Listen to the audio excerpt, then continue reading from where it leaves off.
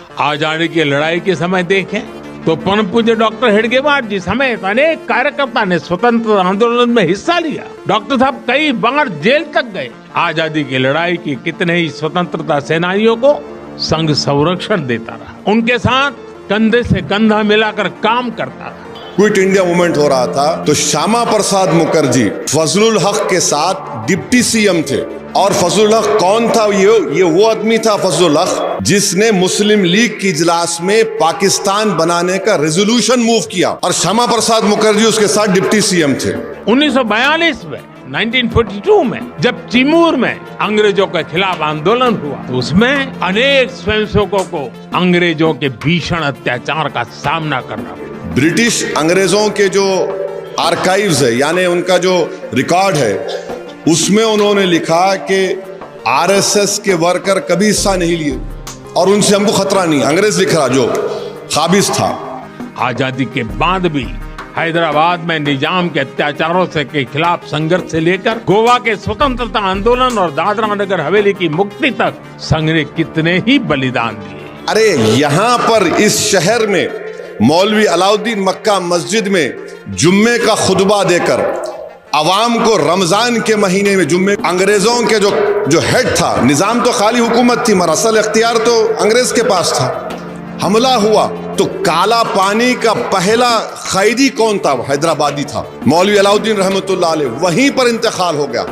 वजीर आजम जो तारीफ कर रहे आरएसएस की, बंच ऑफ थॉट्स में आरएसएस गोलवालकर की किताब, यानी बंच ऑफ थॉट्स उनके लिए बहुत बड़ी किताब है। उसमें उन्होंने कहा कि इस मुल्क में दाखिली खतरा अगर किसी को है तो ईसाइयों से, मुसलमानों से और लेफ्ट यूनियन से है। आरएसएस अपनी मैगजीन में लिखा कि ये जो हमारा तिरंगे के 3 रंग है, उसमें लिखा कि ये जो 3 रंग है ये अशुभ है। आरएसएस का जो मेंबर बनता, जो उसको हल्फ लेना पड़ता, वो हल्फ भारत के संविधान के खिलाफ है। मेरे को मालूम आज के मेरे इस तकरीर के बाद बहुत से लोग उठ के खड़े होंगे, मगर याद रखो सिर्फ 4 पॉइंट बोला हूं। अगर पूरे तारीख के साथ बोलूंगा तो आपको शर्मिंदगी होगी। आज वजीर आजम ने कहा अपने तकरीर में कि आरएसएस मुल्क की जंग आज़ादी में हिस्सा ली। मैं सुन के परेशान हो गया कि ये कहाँ से ये स्टोरी बना रहे। हमारे वजीर आजम लंबी लंबी छोड़ते हैं, अब सारी दुनिया जानती, मगर ये बोलना वजीर आजम का कि आरएसएस मुल्क की आज़ादी में हिस्सा लिया, तो मेरे को थोड़ा पढ़ने का शौक़ है। अगर मुझे नहीं मालूम तो जिनके पास इल्म है उनको तंग करता हूँ मैं। तो मालूम यह हुआ कि आरएसएस का एक भी आदमी मुल्क की आज़ादी में अपनी जान नहीं गंवाया, एक भी आदमी। अगर नाम है तो बता दो हमको। आरएसएस का कोई भी आदमी आरएसएस के बनने के बाद जेल को नहीं गया।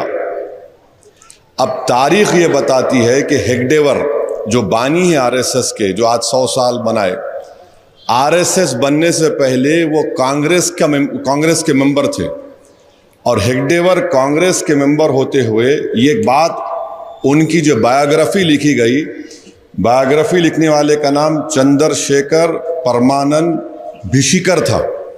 तो उस वक्त हेगडेवर ने, जब आरएसएस बनी नहीं थी, वो अंग्रेज़ों के खिलाफ और एहतजाज किस पे करे? खिलाफत मूवमेंट की तायीद में हेगडेवर थे, समझिए आप। तो खिलाफत मूवमेंट की तायीद में थे, तकरीर करे, पकड़े गए, 1 साल जेल में थे। उसके बाद महात्मा गांधी ने क्या कहा था कि जो कोई भी अंग्रेज उसको गिरफ्तार कर रहे हैं वो वकील नहीं ठहराएंगा, वकील नहीं ठहराएंगा, मगर हेगडेवर वकील ठहरा लिए। एक ये देखो आप बेचैनी उनकी।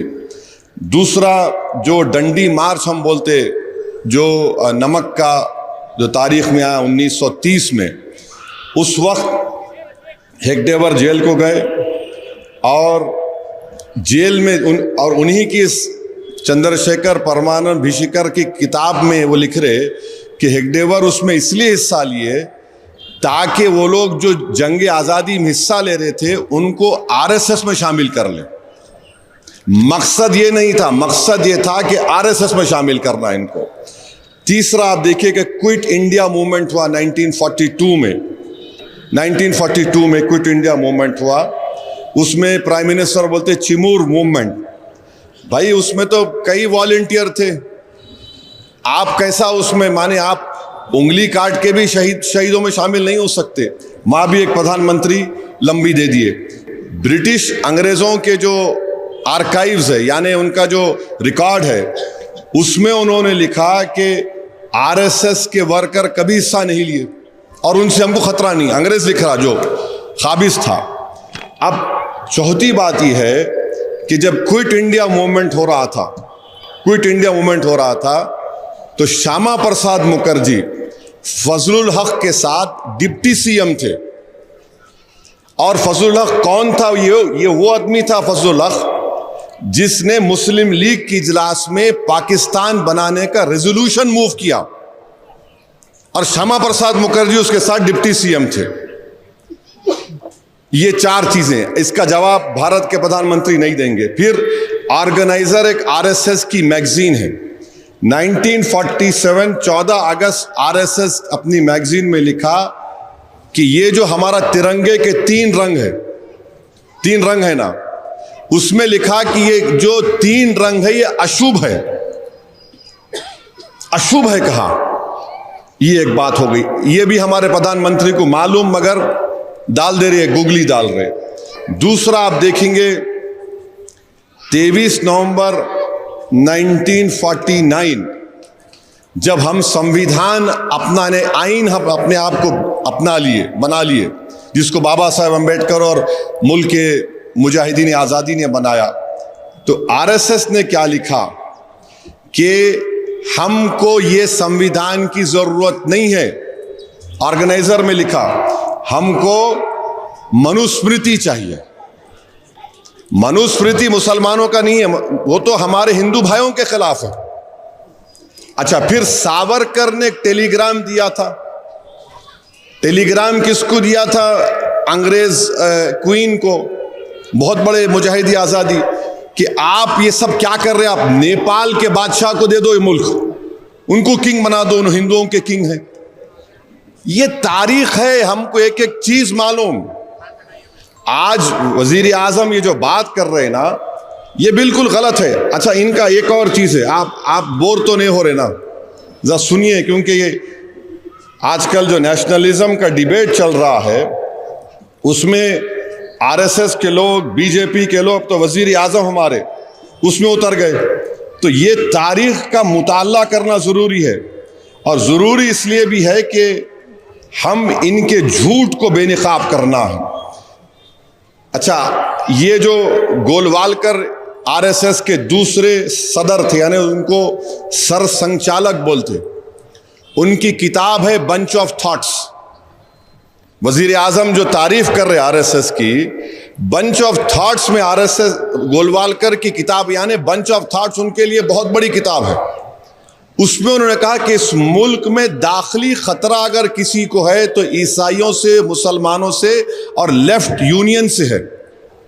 और वजीर आजम ये बोल रहे हैं, माने इनके एक एक अगर मैं बोलना शुरू करूं तो 1 घंटा लग जाएगा, मगर मुख्तसर बोल रहा हूं। मेरे को मालूम आज के मेरे इस तकरीर के बाद बहुत से लोग उठ के खड़े होंगे, मगर याद रखो सिर्फ 4 पॉइंट बोला हूं। अगर पूरे तारीख के साथ बोलूंगा तो आपको शर्मिंदगी होंगी, आपको बहुत शर्मिंदगी होंगी। और आप बार बार भारत के मुसलमानों पे जो शक करते, अरे यहां पर इस शहर में मौलवी अलाउद्दीन मक्का मस्जिद में जुम्मे का खुतबा देकर, अवाम को रमजान के महीने में जुम्मे का खुतबा देकर, जो मौजूदा वुमेन्स कॉलेज पे लेके जाके अंग्रेजों के जो हेड था, निज़ाम तो खाली हुकूमत थी मगर असल इख्तियार तो अंग्रेज के पास था, हमला हुआ, गोलियों से हमला हुआ। तो तुर्रेबाज खान और मौलवी अलाउद्दीन कहीं छुपे, फिर मौलवी अलाउद्दीन पकड़े गए। तो काला पानी का पहला कैदी कौन था? हैदराबादी था, मौलवी अलाउद्दीन रहमतुल्लाह अलैह। वहीं पर इंतकाल हो गया। 4 मरतबा अंग्रेज लिखे कि इस शख्स इतना ज़ईफ हो चुका है, तो सालार जंग बोलते थे, निज़ाम बोलते थे हमारे को नहीं चाहिए ये शख्स, वहीं पर इंतकाल हो गया। तुर्रेबाज खान को भागे गद्दार मुसलमानों ने उनको पकड़ाया और तुर्रेबाज खान की लाश को गोली मारकर सुल्तान बाजार में लाके 4 दिन तक लटकाया। तो ये तारीख है हमारी। तो आज वजीर आजम इस तरह की बात कर रहे हैं, बड़ा अफसोस हो रहा है हमको।